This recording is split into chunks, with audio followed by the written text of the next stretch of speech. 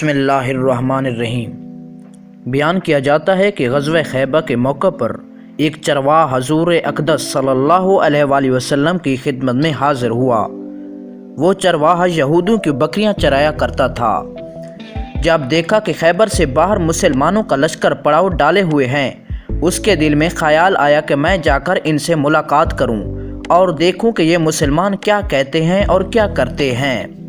چنانچہ بکریاں چراتا ہوا مسلمانوں کے لشکر میں پہنچ گیا اور ان سے پوچھا، تمہارا سردار کہاں ہے؟ صحابہ کرام نے بتایا کہ ہمارے سردار حضور صلی اللہ علیہ وآلہ وسلم اس خیمے کے اندر ہیں۔ پہلے تو اس چرواہے کو ان کی باتوں پر یقین نہیں آیا۔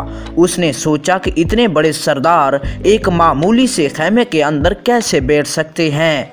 اس کے ذہن میں یہ بھی تھا کہ جب آپ اتنے بڑے بادشاہ ہیں تو بہت ہی شان و شوکت اور ٹھاٹ باٹ کے ساتھ رہتے ہوں گے، لیکن وہاں تو کھجور کے پتوں کی چٹائی سے بنا ہوا ایک خیمہ تھا۔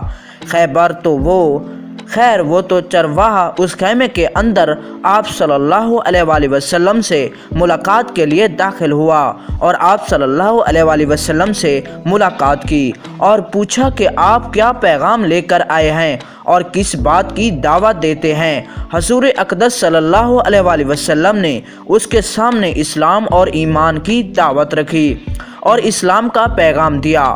اس چرواہے نے پوچھا کہ اگر میں اسلام کی دعوت قبول کر لوں تو میرا کیا انجام ہوگا اور میرا کیا رتبہ ہوگا؟ حضور اقدس صلی اللہ علیہ وآلہ وسلم نے ارشاد فرمایا کہ اسلام لانے کے بعد تم ہمارے بھائی بن جاؤ گے اور ہم تمہیں گلے سے لگائیں گے۔ اس چرواہے نے کہا کہ آپ مجھ سے مذاق کر رہے ہیں؟ میں کہاں اور آپ کہاں؟ میں ایک معمولی سا چرواہ ہوں اور میں ایک سیاہ فام انسان ہوں۔ میرے بدن سے بدبو آ رہی ہے، ایسی حالت میں آپ مجھے کیسے گلے سے لگا سکتے ہیں؟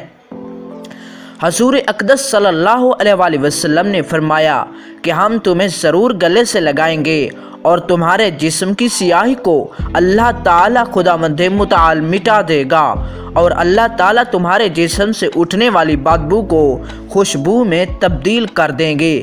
یہ بات سن کر وہ فوراً مسلمان ہو گیا اور کلمہ شہادت پڑھ لیا۔